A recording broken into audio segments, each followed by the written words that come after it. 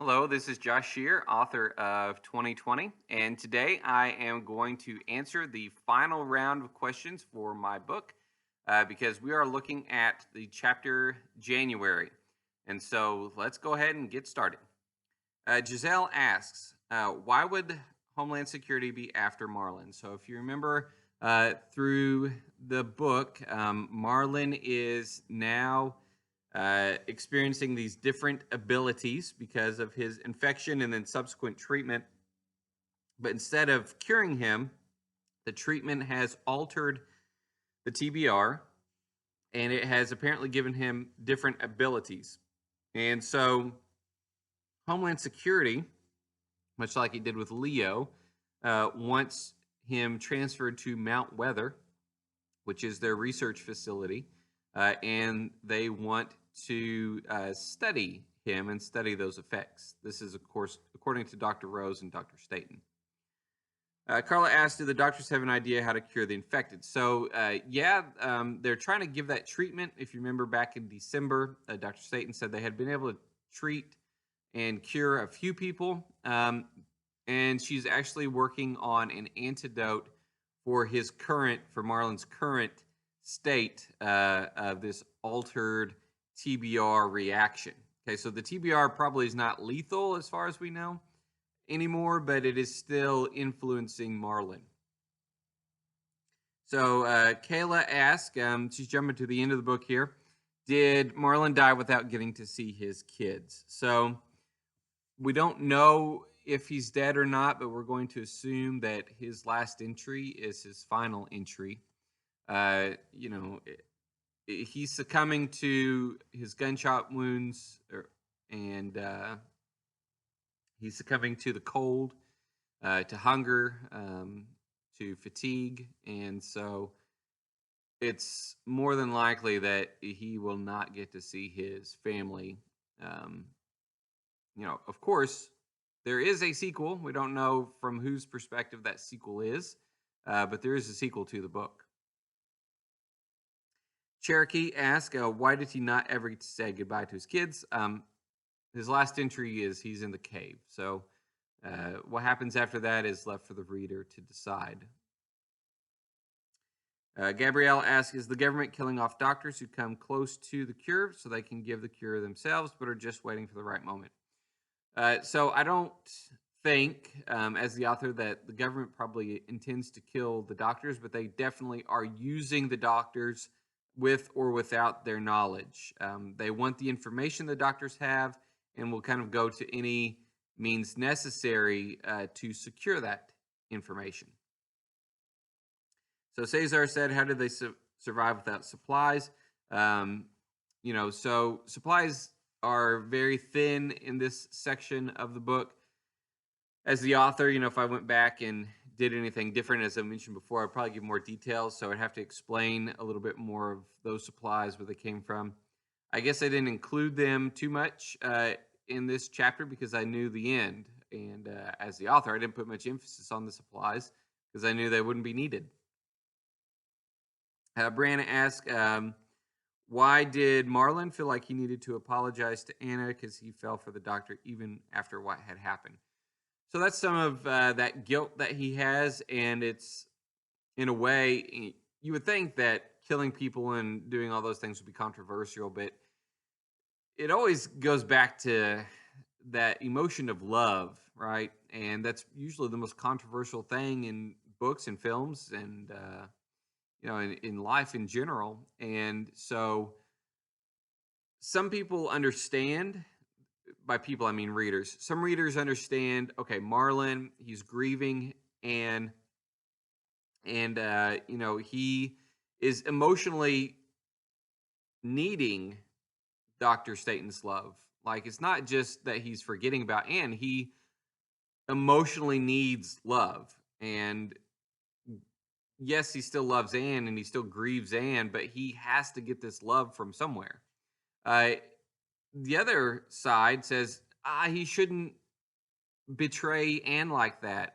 He's cheating on her. Even though she's dead, he's cheating on her memory, right? And so it's kind of the two sides of the argument that I hear a lot as the author from different people that have read the book. And that's really, one of the best things about being an author is you get to let the readers decide how they react. I kind of guide you, but it's really up to you what you think. And, so Marlon, to get back to your question, is he feels he needs to apologize because he does love Anne, and he probably always would love Anne, right? But he apologizes because he feels like he's betraying her memory. That doesn't stop him from doing anything, of course, but that is one last little gasp of his humanity, if you will. Benjamin asks, why did he question himself so much for killing those people when they were going to do awful things to him? So, Benjamin, that's kind of the underlying theme of the book, is how Marlon struggles with his own humanity. If the title is Journal of a Man Faced with Humanity's Downfall, are we talking about roamers and the infected, or are we talking about the government, who seems to be kind of, somebody mentioned in one of the previous questions, corrupt? Or is it Marlon's humanity? Or maybe it's all three. And we've seen different characters throughout the book, and we've seen how they react. So from Kilo and Clara, who are violent and savage and, go through these gruesome executions of people, to Marlon, who, is killing roamers and doesn't necessarily feel bad about it, but he still questions it, to Tony, who gets bored and goes out looking for roamers to kill, to Dr. Staten, who's trying to save these people. We don't really have a good answer to who is the most moral person, who's the most ethical person in the book. And so Marlon, of course, wrestles with that. He wants to be ethical and moral, and he feels like he's not being that person when he kills roamers, yet he, at the same time, still does it, right? He's almost powerless to his own responses.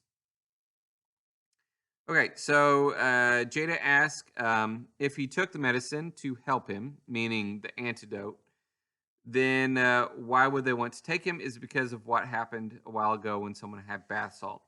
So, Jada, I don't think the government necessarily knows that he is taking the antidote. Even if he explained it to them, they still might look for residual effects, so they still might look to harvest a sample of that TBR that had mutated.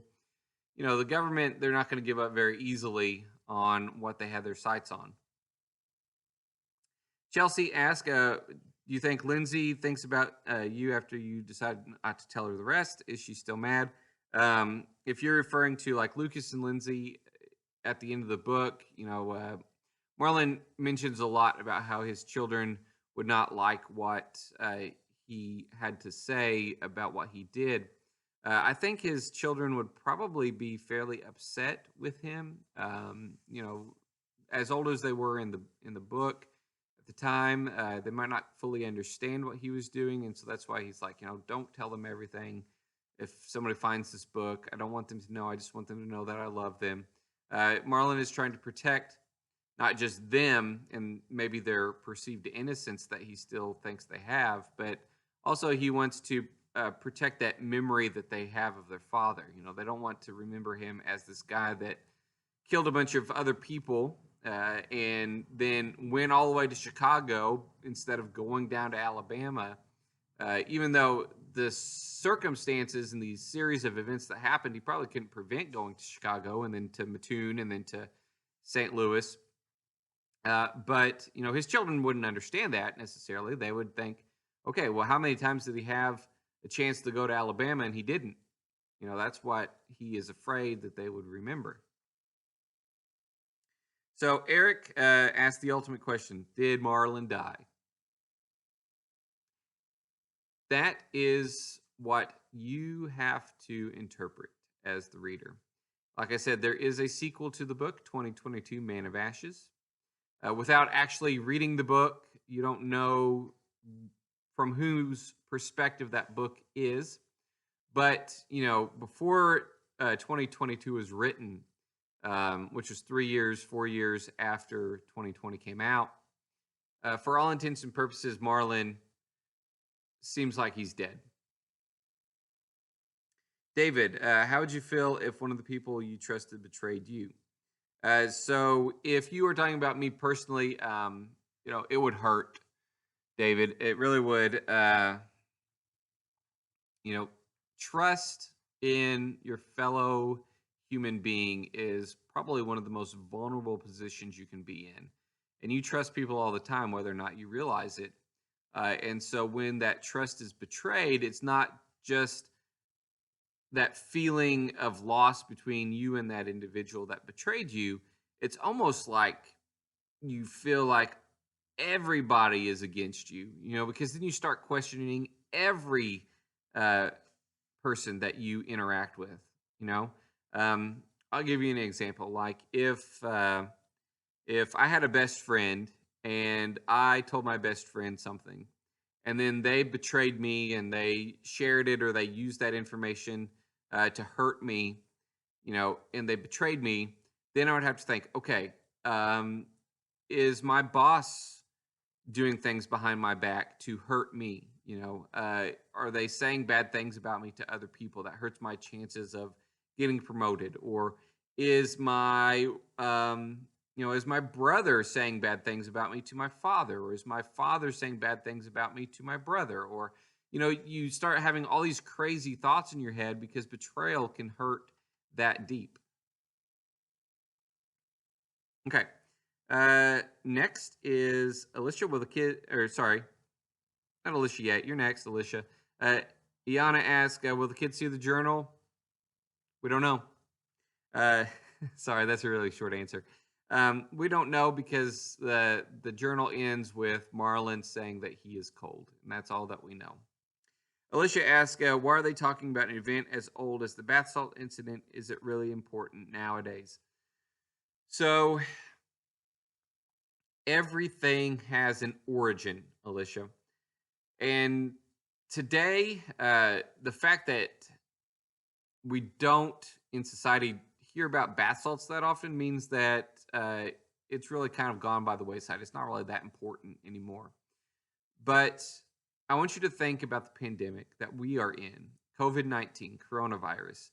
If you guys follow the news, and I hope you don't focus too much on the news, and I hope you are able to have an awesome summer and just enjoy life.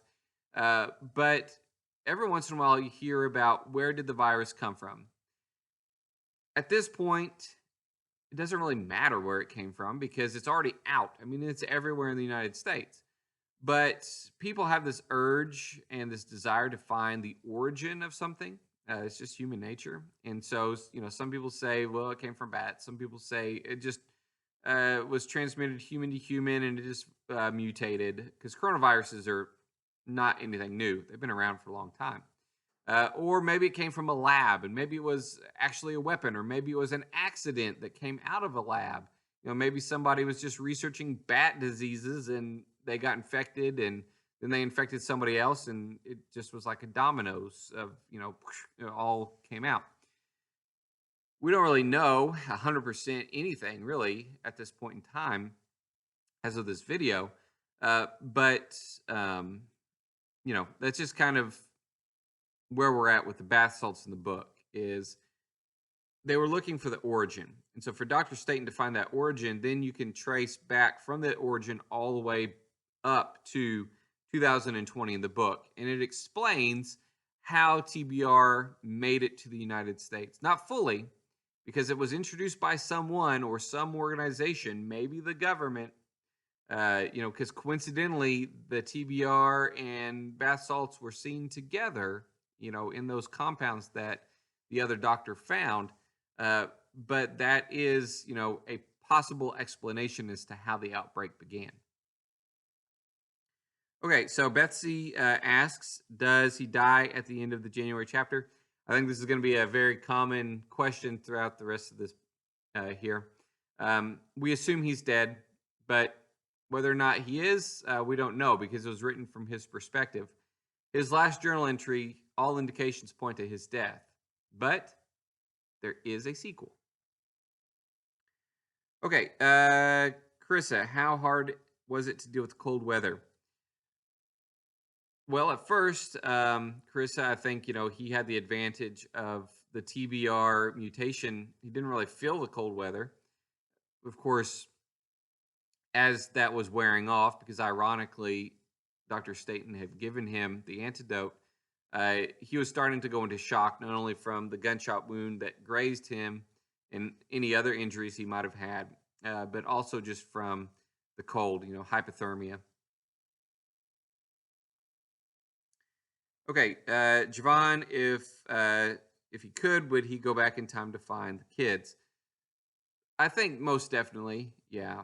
By the end of the book, we see Marlon is regretting a lot of his decisions, and he still is focused on his children, and he wants them to know that he loves them. And I think if he could, he definitely would tell them himself that he loves them. So, Kylan, what was his feelings after Dr. Staten kissed him? Uh, obviously, Dr. Staten and Marlon were in love. It's kind of a cliche that we looked at in the last video about December. But, Marlon needs love. Every human, and I don't mean like physical love, but every human needs love. You need nurturing. You need care. And Marlon had not really experienced that, since probably before the outbreak began. Because when the book starts, his wife and children have already gone on vacation, and Marlon is alone. He's got a dog, and a dog's a companion, but it doesn't show human love. And then even when he gets to his parents' house, I'm sure his parents show him love, but they're kind of distant. They're stressed, right? And he doesn't have that intimate love. His dad, once his mother passes away, is the only thing that he really has. Even when Tony comes, Tony's still kind of a stranger. Marlon, of course, mentions that he treats Tony like a brother.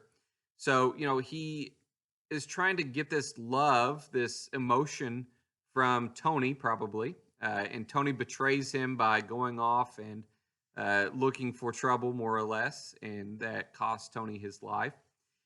So then when his dad gets infected, Marlon needs and craves that love of his father. So he tries everything in his power to save his father, and he fails. And then he goes to Cedar Lake against his will, probably. Finds Jenny, and he finds kindness in Jenny.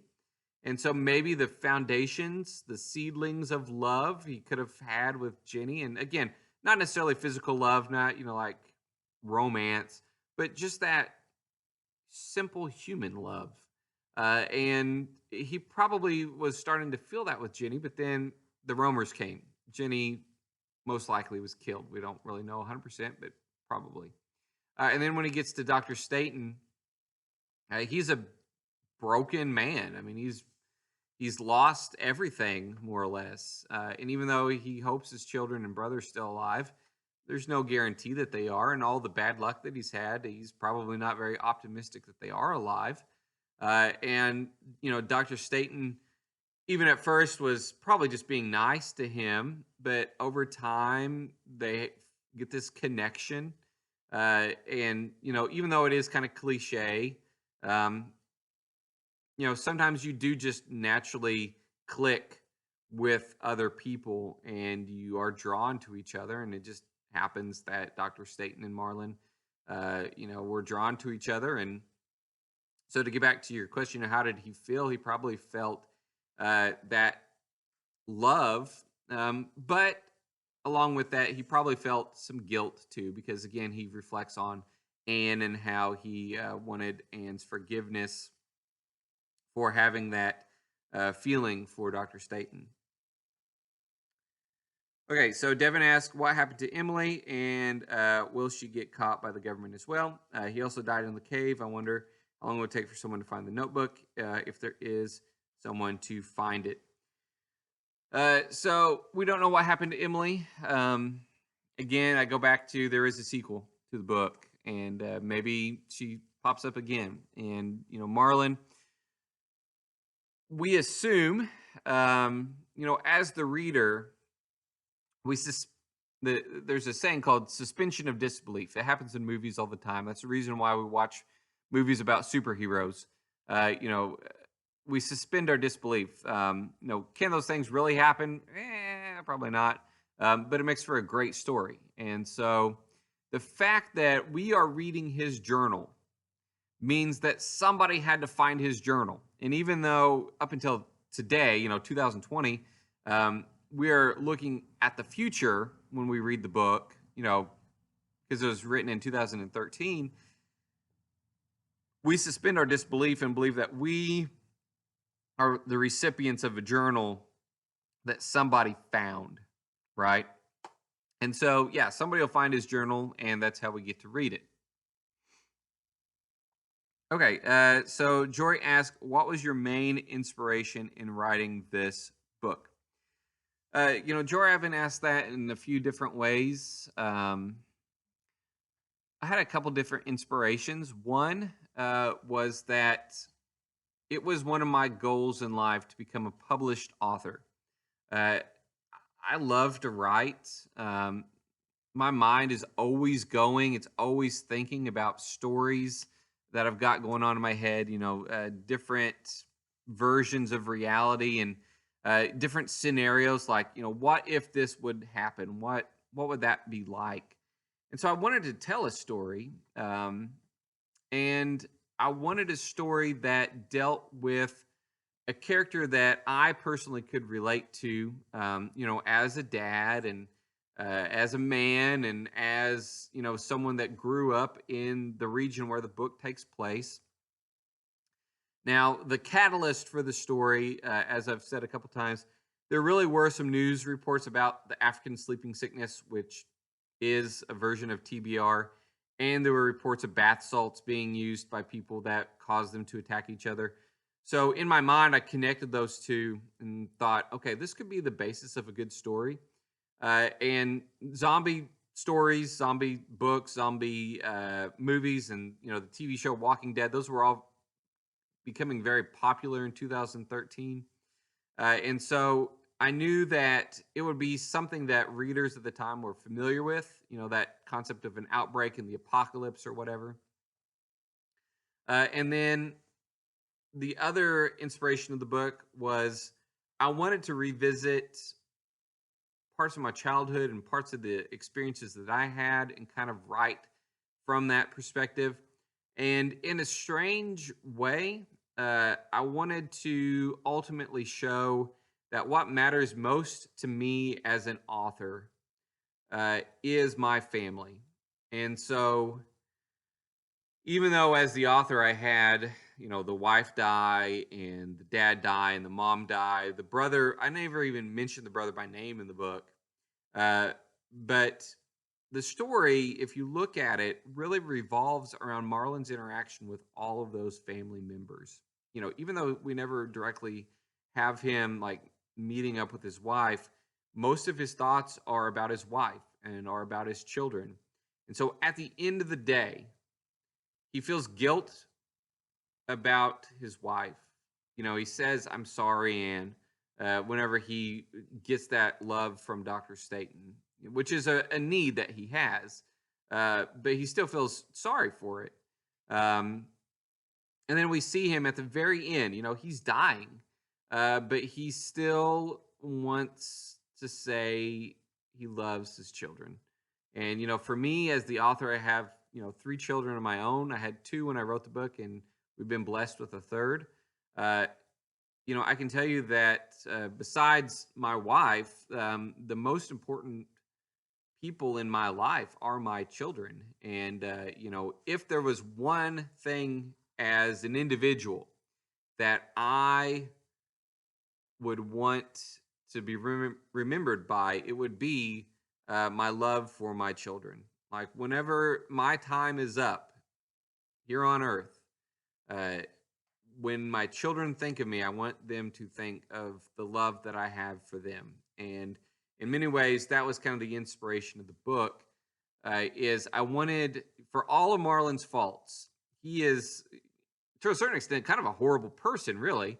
All the things that he's done, but he still loves his children, and he regrets his decisions because he regrets how it might affect his relationship with his children. I don't know if Marlon ever says, "Gosh, I'm a horrible person and I really hate myself." He doesn't necessarily care about his own well-being as much as he cares about his standing with his children. Now, of course, he cares about his well-being, which is why he never goes to find his children, because he, is selfish and wants to maintain his own safety in his own life.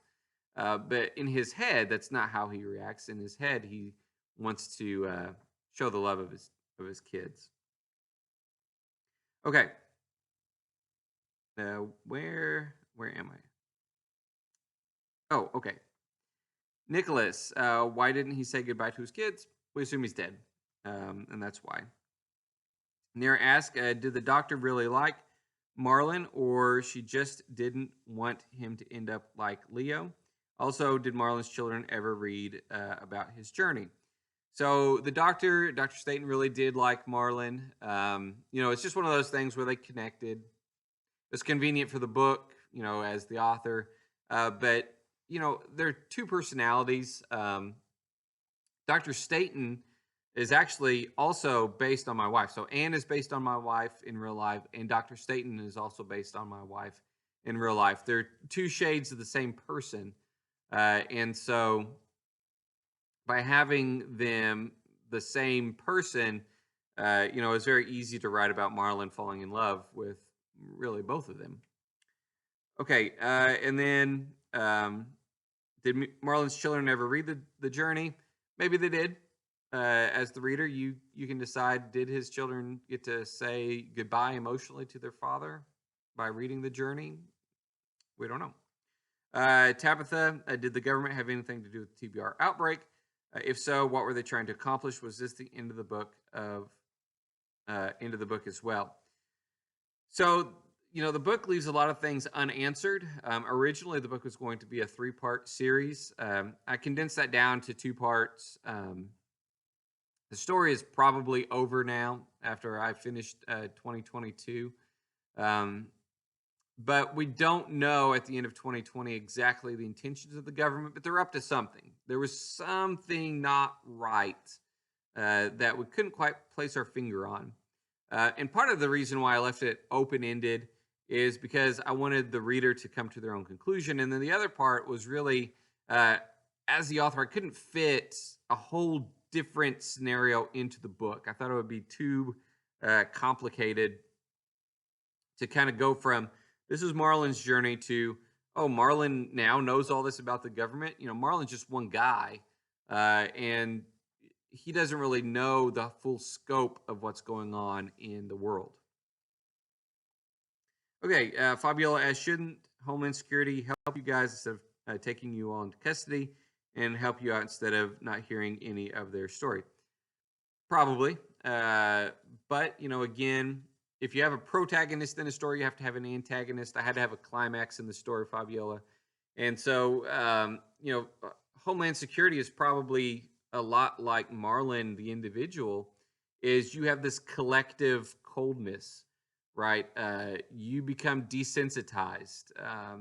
It's kind of mentioned a little bit in the last chapter in December about Chicago and how the protest ended up killing other people. The National Guard and then later FEMA and Homeland Security, they're going to maintain law and order to a certain extent the same way Clara does at that camp that we find in December. In November, they are going to be very strict in their interpretation of the law. And so they're going to take Marlon into custody first and ask questions later. And the people that take Marlon into custody are not the people that are going to ask the questions. And so they're just doing their job. And Marlon kind of realizes that at the end of the book when he says, I've killed somebody that was just doing their job. They're not going to go home tonight. They were doing their job and I killed them.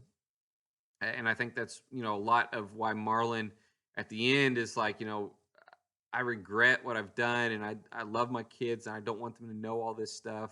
I just feel so cold, cold physically, but cold emotionally too. It's almost like your soul is lost. Okay, Johanna asked, why did you decide to use bath salts as the cause for the disease? So again, the bath salts was just a good way to explain why people were going crazy. So in 2013, in real life, these bath salt stories like popped up out of nowhere. It seemed like, out of Florida, and I think there were some in Louisiana, some in Canada. These stories of just people attacking each other, these vicious attacks. And so I wanted to put that viciousness into the story to kind of explain why this thing called sleeping sickness, instead of sleeping, they're going crazy. I combined those two elements into the TBR outbreak of the book. And so that's why I used the bath salts. And that's kind of really the only reason why. Okay. Alejandra said, if you told your kids what you have done, do you think they would understand or judge you? And I think that's why I kind of leave it open-ended, and why Marlon is so afraid that his kids would judge him, and that he doesn't want them to know everything that happened, and just that he loves them. Because how could you not judge him, especially if you weren't around the situation, and if you were younger and didn't fully comprehend the stakes that Marlon was against? And so, would they judge him? They might even hate their father, knowing that he had opportunities to leave and he didn't. They could say, well, why did you stay and not convince Grandpa, your dad, Marlon, to go south with us? So I think Marlon there at the end was very concerned about that. Cecilia asked, did Marlon actually die, or is there going to be a part 2? So in the original ending in the book, for all intents and purposes, it looks like Marlon is dead. But as I mentioned, originally it was going to be a 3-part series. I condensed that down into a 2-part series. So I've actually got the book. Let's keep looking down. 2022 is the sequel, and that is from a continued perspective. I don't want to say if Marlon is alive or not until you actually read the book. But Marlon, it's not looking good for old Marlon. Let's put it that way. And if he doesn't die, he's definitely going to get captured. I mean, he's on Mount Weather, right next to the FEMA facility. Okay, so Maria asked, okay, so Maria's got a very detailed, I think Maria is upset with Marlon here. So she's like, why you got to be like that? After waiting so much time to try and find your wife, and then you cheat on her. If you find them, what do you think they're going to do about you? How are you going to tell them that you're in love with Emily? You didn't care. I know that you have the right to make a new life and feel normal again, but why? So Maria, you are one of the people that thinks Marlon is definitely in the wrong for falling in love with Emily. And I don't blame you in the least, because that is kind of the one of two reactions you can have. You can either be like, well, Marlon, he's doing what I might do, or you might be like, I would never do that. Why would you do that, Marlon? How could you do that to your wife? And I've explained it a couple times, but it's worth explaining again. There is no winner here. Okay, Marlon's convinced his wife is dead, and he still loves his wife. That's why he says, I'm sorry, Anne, please forgive me. There for a while, he still wore his wedding ring. But he not only wants this love, this emotional love, forget the physical part for a minute, but he craves it, like he needs it. He needs it as a human. Part of your humanity is your ability to love one another.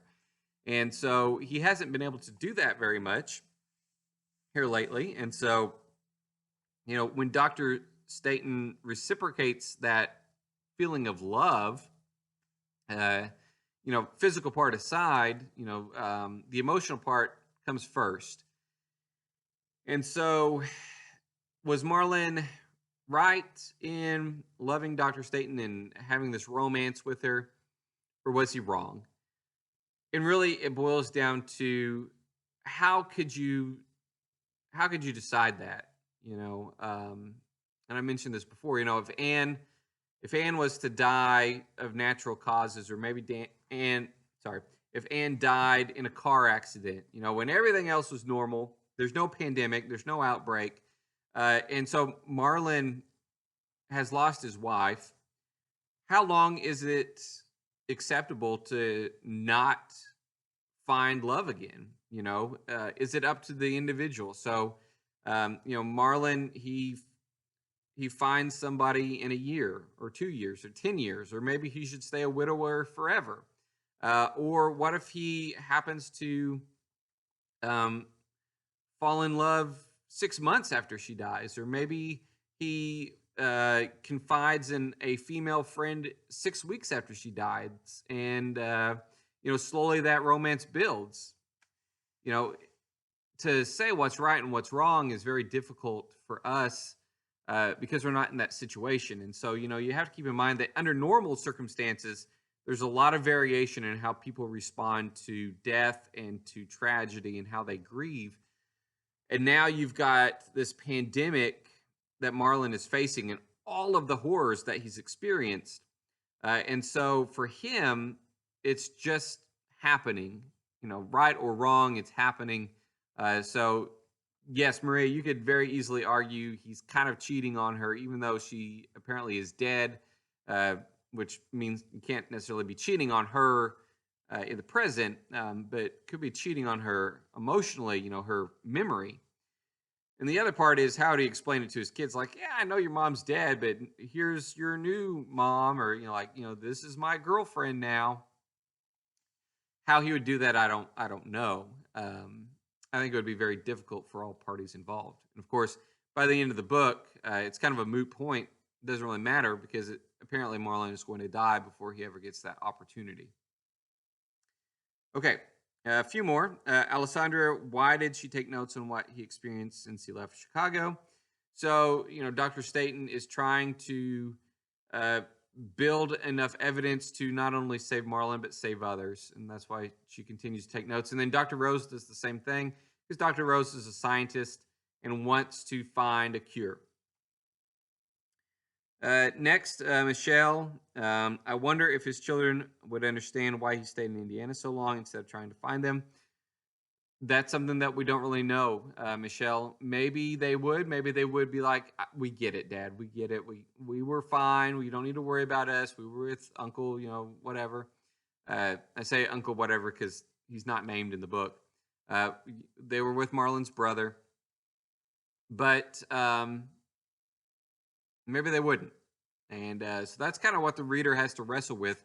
How would his children react if things were different and they were able to read this? Or if Marlon finally came and he saw that maybe they were struggling all this time. Maybe they were in extreme danger all this time and he didn't do anything and stayed in Indiana so long. Okay, Alexander, last question. What if he wouldn't have found the cave? Would he have died from the people chasing him?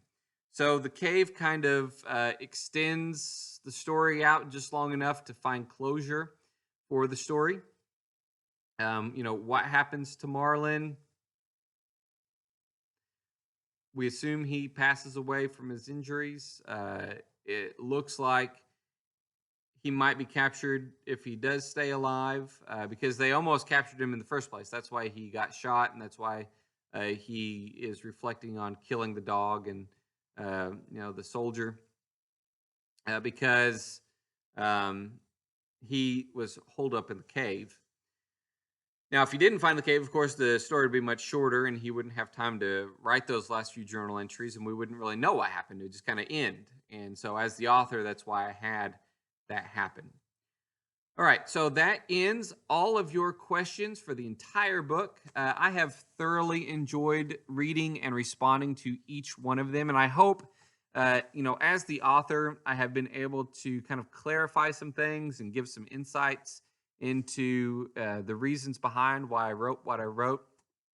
And I've said it several times, but I really appreciate your questions. A lot of those questions I had not thought of, and some of those questions, it's really made me think about, well, I don't really know why I wrote some of what I did, but I can tell you though that as an author, when you write, always write for yourself. And I know that sounds kind of strange, but if if you have any interest in writing whatsoever, find something that you like to write about and then write about it. Don't worry about what other people will think. Don't worry about, if people agree with the decisions you make in the book or not. Write about what you feel and what you think is the right direction to take. Uh, and this is the most difficult part. And then after you write it, give it to a few people and have them read it and have them ask questions. If I could do anything over again, I would have taken this book when I wrote it before I published it, and I would have probably given it to 5 or 6 of my friends, and not only had them proofread it, because one of the things that drives me crazy about the book whenever I've gone back to reread it to answer your questions are all the grammatical errors and some of the missing words and things that the editor missed whenever she proofread the book. But I would have those 6 people proofread the book because you can't have enough proofreading. I hate errors like that. It drives me crazy.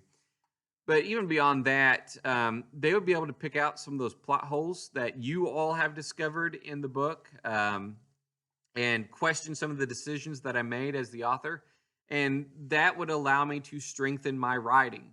So maybe we shouldn't have Molotov cocktails in the middle of a semi-drought, as somebody pointed out in one of the earlier videos. Because wouldn't everything just catch on fire, and how's Marlon going to put it out? They don't have running water, or maybe they do have running water. That's another thing that Marlon never mentions. I can tell you as the author that they did have well water, but that well water, of course, is run by an electric pump, and maybe he mentioned that there's a cistern, like an actual physical well that you can pull water out of. Maybe I put that in the book, or maybe I didn't, and maybe I put it in one draft and I forgot about it. Because when you write these things, if you ever take on the task of writing a book for yourself, you write a lot of different versions of the same storyline, and then you cut and you copy and you paste and you edit and you move one story section to a different part, and things can kind of get lost and jumbled up. That was the most difficult part of writing, was making sure it all flowed together and then going all the way back and then reading it all the way through. And you get a lot of fatigue and a lot of exhaustion, mental exhaustion, from trying to figure out if everything still makes sense. But that, for me, as an author, that's probably the best advice I can give you, is take your time, let other people read what you do, listen to their feedback, don't take it as a personal criticism, and again, write from your heart. So a little bit of free advice for anybody that is watching this and is an aspiring author themselves. I encourage you to write, even if you don't think you're good. I want you to write. This summer, write. Write for yourself. Write in a journal. The more you write, the more you will see things in your life, and the more perspective you will have. So again, I have thoroughly enjoyed responding to your questions. I look forward to hearing more from you. If you have more questions of me that you think of later, I will be giving your teacher some information very soon that you will be able to ask questions later on if you so desire. Until then, take care, and I will talk to you again.